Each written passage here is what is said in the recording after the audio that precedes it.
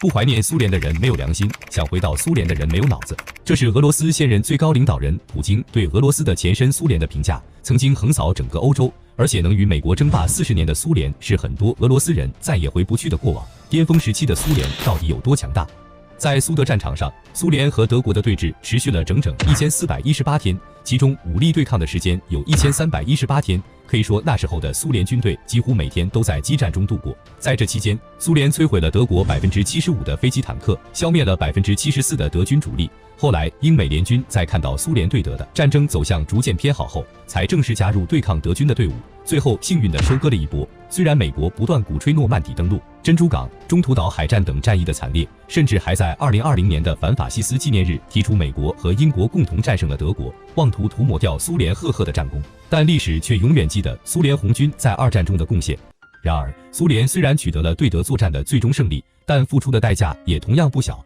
到1945年5月8日德国投降时，苏联已经伤亡2700万人，整个二战伤亡总人数不过7000余万人，苏联伤亡占据了近1/3，而一直鼓吹自己抗战不易的美国，最终伤亡只有38万余人。对比苏联，美国的这点伤亡真的是不值一提。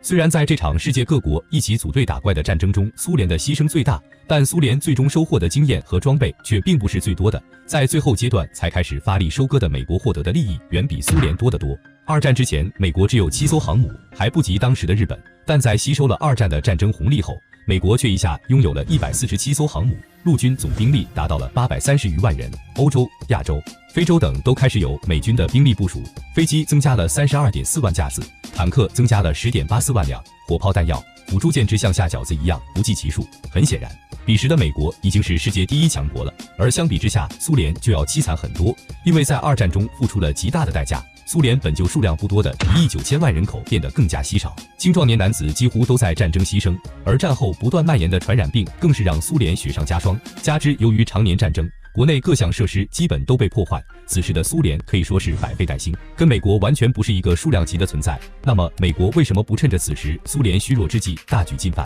一口吞下苏联呢？视频开始之前，各位新来的朋友们别忘了点赞关注，方便查看往期精彩内容。受伤的毛熊也是熊。虽然苏联在对德作战时付出了极大的代价，但拥有1亿9千万人口的苏联依旧可以在战后及时补充兵力的缺口。和其他国家不同的是，苏联的妇女、老人，甚至是儿童都可以成为国家后勤的保障。在二战时，苏联就曾动员国内的妇女参与作战，当时苏联的妇女兵高达53万余人，所以在战后不断的动员下，苏联依旧有1136.5万人的军队建制。而受到二战的影响，苏联人民意识到工农业恢复迫在眉睫，当时几乎所有的苏联人都开始发力为恢复苏联的工农业做出自己的努力。由于国民的共同努力，苏联当时的工业实力甚至不降反升，这为苏联战后的国家安全提供了强有力的保障。即便受过重伤，但毕竟体量在这摆着，谁也不敢轻易动一下。况且苏联还有原子弹傍身。美国感动世事。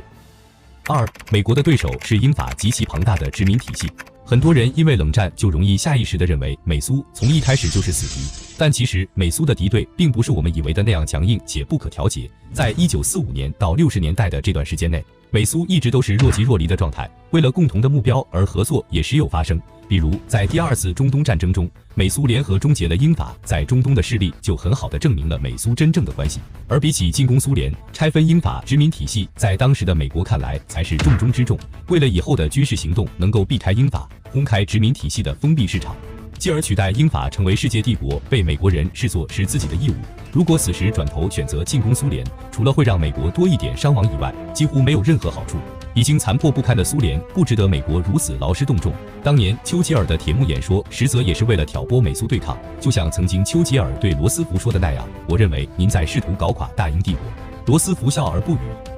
第三，道德绑架苏联。穷困残破的东欧对于美国来说，其实并没有什么实际性的用处，拿到手也不划算。相反的，一旦美国真的解放了东欧，那就意味着以后美国就要背负上帮助他们重建的道义义务。向来奉行没好处不干活的美国，显然是不会做这种糊涂事的。而如果放弃，坐视东欧沦陷，美国就又多了一个一逞口舌之快的说辞：看，这都是苏联人干的坏事。但其实东欧早在2个世纪前就已经落后于西欧了。罗马尼亚和保加利亚这样出了名的穷国，根本与苏联的治理毫无干系。可美国时不时站在道义上关心一下东欧的惨状，还是会给苏联极大的压力。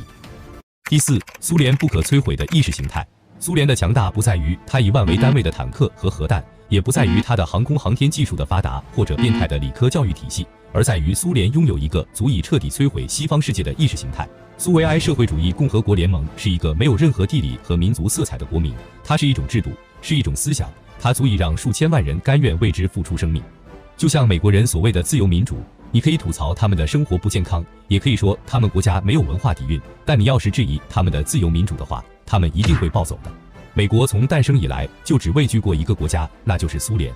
强大如二战时候的德国和日本，日本敢在美国人头上扔炸弹，德国曾横扫整个欧洲，压根不把美国放在眼里，但美国从来就不怵他们。在美国人的眼里，他们就是迟早要被碾压的渣渣，消灭他们只是时间问题。然而苏联却不同，即使到了今天，苏联已经解体了30多年，美国电影里的大反派也依然是俄罗斯人，也可以说是曾经苏联人。即使现在俄罗斯的整体实力已经跟美国差着好几个数量级，美国人却依然畏惧这个对手，这是打心眼里的畏惧。一个由劳动人民创立的国家，在这里没有资本家，也没有贵族。从斯大林到戈尔巴乔夫，苏联的所有高官几乎都是出身平民，在欧洲各国的围攻和封锁下，仅用了20年的时间，就从帝国主义最薄弱的一环变成了欧洲第一大工业国。苏联的存在给劳动人民带来的鼓励，简直就是一针强心剂。而美国对苏联的进攻，在抛开武器对峙后，普世价值与人类解放的对抗才是极为困难的。这也是美国最恐惧的时刻，一旦撕开这层隔阂，美国必将引来全世界共产主义国家的集体反击。第5，有用的苏联。西方资本主义世界并不是我们想象中那样是一个铁板一块的世界，在这个世界中，每一个列强都有着自己的小九九，只要涉及到利益，互相拆台的事怎么顺手怎么来。戴高乐退北约，法德等国同时对美提现黄金，导致美国终止黄金兑付等，都足以证明西方资本世界的脆弱。如果美国想要让西方各国马首是瞻且名正言顺地统帅他们，那在此之前就需要给他们制造一个强大的威胁，只有当他们畏惧于这个威胁的时候，才会真正匍匐在美国的脚下。很显然，苏联就是一个很好的选择，足够强大且对欧洲各国有足够的威慑力，留下苏联就等于巩固了自己在世界各国中至高无上的地位。当然，美国攻打苏联容易，但想要在战后征服苏联人民将会是极为困难的事情。苏联的强硬是世界有目共睹的。借用苏联的遗父子俄罗斯总统普京的一句话：没有俄罗斯，还要世界做什么？当年的苏联人民也是如此看待苏联的，没有苏联，还要世界做什么？万民一心的苏联，不管到了什么时候，都不会轻易的妥协。例如当年的德黑兰会议，丘吉尔和罗斯福都在为会议地点争论不休。丘吉尔认为英国奥克尼群岛的斯卡帕湾就很不错，是首选。罗斯福则认为会议地点应该选在阿斯特拉罕和阿尔汉格尔斯克。争论之后，丘吉尔和罗斯福达成了共识，决定将会议地点选择阿拉斯加。然而斯大林却直接反对。斯大林只认3个国家都有代表处的德黑兰，纵然罗斯福极力与斯大林商议，只要不选择伊朗、阿斯马拉、安卡拉、巴士拉都可以接受，但斯大林却拒绝商议，我就去伊朗的德黑兰，其他地方免谈，爱去不去。所以美国为什么不敢攻打苏联？不是不想，而是真的做不到。就算美国发起对苏联的大规模攻势，被逼急的苏联只会选择跟美国同归于尽。不管从哪个角度来看，美国攻打苏联都是一场极不划算的买卖。